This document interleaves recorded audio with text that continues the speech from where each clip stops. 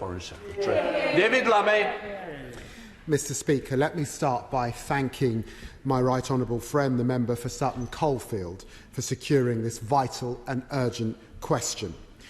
Mr Speaker, this is not the first time I've risen to my feet to speak about the humanitarian disaster faced by the people of Afghanistan, nor, Mr Speaker, do I believe it will be the last. The opposition has warned continually and forcefully of the catastrophe which is unfolding before our eyes. We've warned the country was heading towards a humanitarian cliff edge. We warned tens of millions of Afghans faced imminent starvation, including millions of children. We warned the situation would ultimately deteriorate as the country heads into a freezing winter.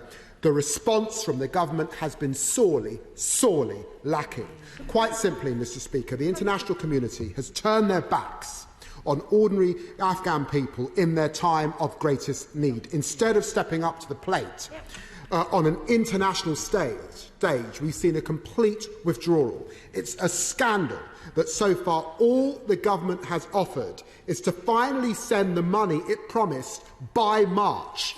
And this was money pledged at the beginning of the disaster. Things are now much, much worse. It's no good that the government's saying it has doubled aid when it halved it the previous year. The UK's financial support to Afghanistan at the same level was in 2019, when there was no impending catastrophe on this scale. Worse still, the government has so far made no commitment to putting forward any of the additional $4.4 billion asked by the United Nations. Mr Speaker, this catastrophe will continue to get worse without a coordinated international response.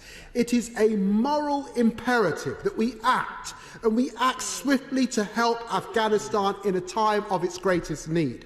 We know the money can reach the people in need if directly through the United Nations and other partners. So I asked the Minister the following.